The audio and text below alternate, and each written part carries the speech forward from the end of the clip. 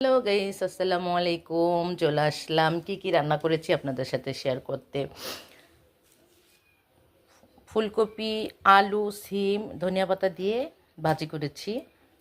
আর হচ্ছে কলিজা আর ফেফসা মিলিয়ে ভুনা করেছি।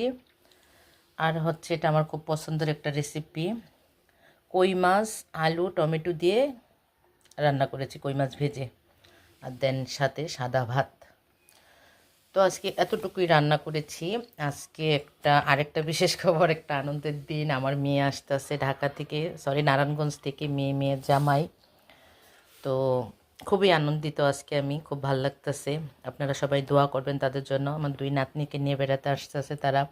শীতের সিজনে বাবা মার বাড়িতে বেড়াতে না আসলে কি হয় বলেন। মেয়ে জামাই আসবে, খুব আনন্দিত আমি আজকে। তো তারা দুইটার লঞ্চে উঠেছে, আস্তে আস্তে রাত হবে, রাত্রে খাবে তারা এসে, এই আর কি।